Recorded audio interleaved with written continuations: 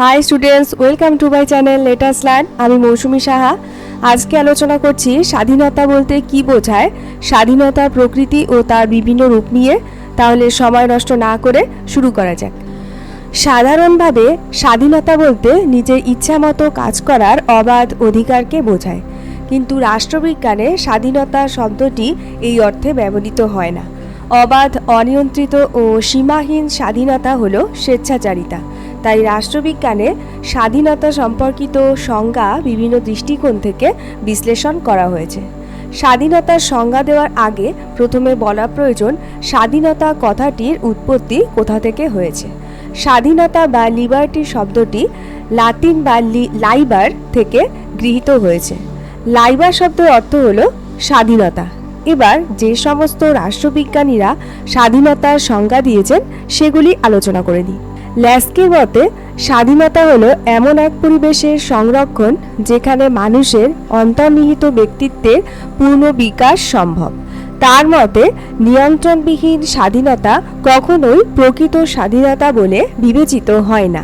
বার্কারের মতে রাষ্ট্রীয় স্বাধীনতা বা আইনগত স্বাধীনতা হলো সকলের জন্য শর্ত সাপেক্ষ স্বাধীনতা, অর্থাৎ কেবল রাষ্ট্রের মধ্য থেকেই স্বাধীনতার উপলব্ধি সম্ভব। মার্ক্সবাদীরা মানুষের যোগ্যতা ও সামর্থ্যের সর্বাঙ্গীন বিকাশকে স্বাধীনতা বলে মনে করেন, কিন্তু পুঁজিবাদী সমাজের স্বাধীনতাকে মার্ক্সবাদীরা মুষ্টিমেয় মালিকের স্বাধীনতা বলে মন্তব্য করেছেন। এবার আসছি স্বাধীনতার প্রকৃতি বিষয়ক আলোচনায়। রাষ্ট্রবিজ্ঞানের আলোচনায় স্বাধীনতার প্রকৃতিকে তিনটি দিক থেকে ব্যাখ্যা করা হয়: নেতিবাচক স্বাধীনতা, ইতিবাচক স্বাধীনতা এবং মার্ক্সীয় দৃষ্টিভঙ্গিতে স্বাধীনতা। যে সমস্ত রাষ্ট্রবিজ্ঞানীরা নেতিবাচক স্বাধীনতার কথা বলেছেন তাদের মধ্যে উল্লেখযোগ্য হলেন Bentham, Adam Smith, Herbert Spencer, Hobbes, Locke প্রমুখ। এছাড়া নয়া উদারনীতিবাদী প্রবক্তাদের মধ্যে রয়েছেন হায়েক এবং নোজিক। উদারনৈতিক প্রবক্তারা ব্যক্তি স্বতন্ত্র অর্থাৎ ব্যক্তি স্বাধীনতা ক্ষুণ্ণ হওয়ার আশঙ্কায় রাষ্ট্রীয় নিয়ন্ত্রণকে ন্যূনতম রাখার পক্ষে রায় দেন। তারা মনে করেন রাষ্ট্রের নিয়ন্ত্রণ বৃদ্ধি পেলে ব্যক্তির স্বাধীনতা ক্ষুণ্ণ হওয়ার আশঙ্কা দেখা দেয়। ব্যক্তির ব্যক্তিত্ব বিকাশের জন্য কোনো বাইরের নির্দেশ বা হস্তক্ষেপের প্রয়োজন নেই, অর্থাৎ স্বাধীনতা বলতে তারা সর্বপ্রকার বাধা নিষেধের অনুপস্থিতিকে বোঝাতে চেয়েছেন। এবার আসছি ইতিবাচক স্বাধীনতার আলোচনায়। হেগেল, গ্রিন, হবহাউস, ল্যাস্কি, বার্কার প্রমুখ রাষ্ট্রবিজ্ঞানীরা ইতিবাচক স্বাধীনতার কথা বলেছেন। তারা বলতে চেয়েছেন ব্যক্তি যে স্বাধীনতা ভোগ করে তা একমাত্র রাষ্ট্রের সহায়তার মাধ্যমে সম্ভব। স্বাধীনতা ভোগের উপযুক্ত পরিবেশ রাষ্ট্রই গড়ে তুলতে পারে। ফরাসি দার্শনিক রুশো বলেছেন সমস্ত মানুষের প্রকৃত ইচ্ছাকে নিয়ে গঠিত হয় সাধারণ ইচ্ছা। এই সাধারণ ইচ্ছার অনুগামী হলেই ব্যক্তি তার স্বাধীনতা ভোগ করতে পারে। হেগেল মনে করতেন যে কেবল রাষ্ট্রীয় আইন তথা রাষ্ট্রের প্রতি দ্বিধাহীন আনুগত্য প্রদর্শনের মাধ্যমেই ব্যক্তি স্বাধীনতা ভোগ করতে পারে, এবং ল্যাস্কি ব্যক্তি স্বাধীনতার সঙ্গে রাষ্ট্রীয় নিয়ন্ত্রণের যথাযথ সমন্বয় সাধনের ওপর বিশেষ গুরুত্ব আরোপ করেছিলেন। এবার আসি মার্ক্সীয় দৃষ্টিভঙ্গিতে স্বাধীনতা। মার্ক্সবাদীরা সম্পূর্ণ ভিন্ন দৃষ্টিভঙ্গিতে স্বাধীনতার প্রকৃতি বিশ্লেষণ করেছেন।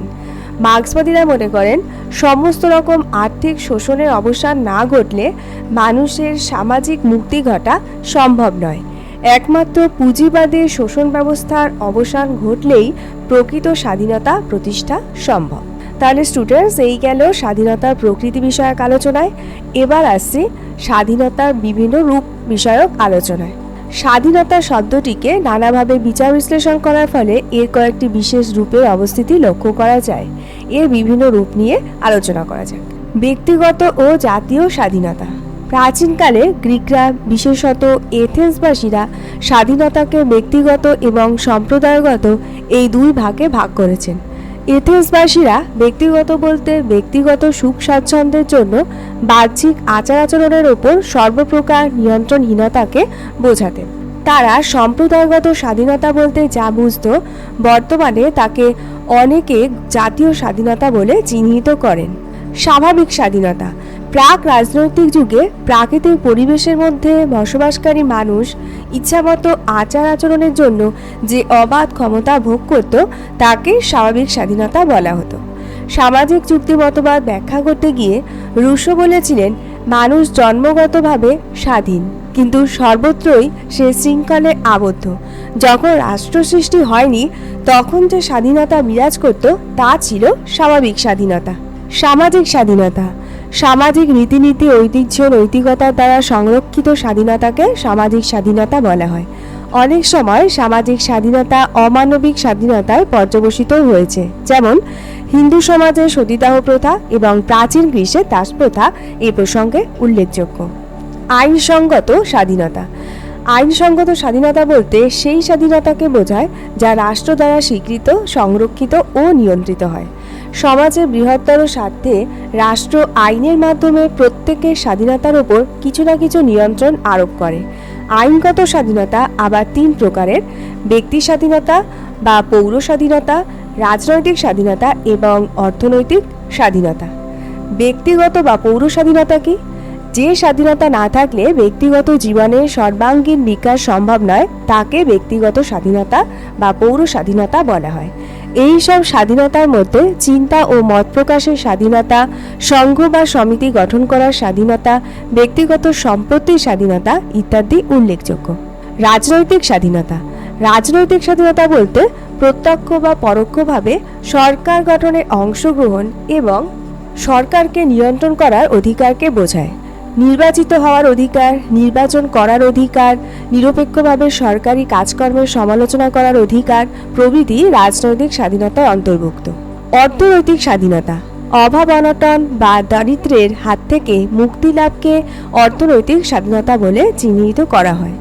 যোগ্যতা ও সামর্থ্য অনুযায়ী কর্মে নিযুক্ত হবার অধিকার, বেকার ও বার্ধক্য ভাতা পাওয়ার অধিকার, অক্ষম অবস্থায় রাষ্ট্র দ্বারা প্রতিপালিত হওয়ার অধিকার, উপযুক্ত পারিশ্রমিক লাভের অধিকার, এগুলি হলো অর্থনৈতিক স্বাধীনতার অন্তর্ভুক্ত।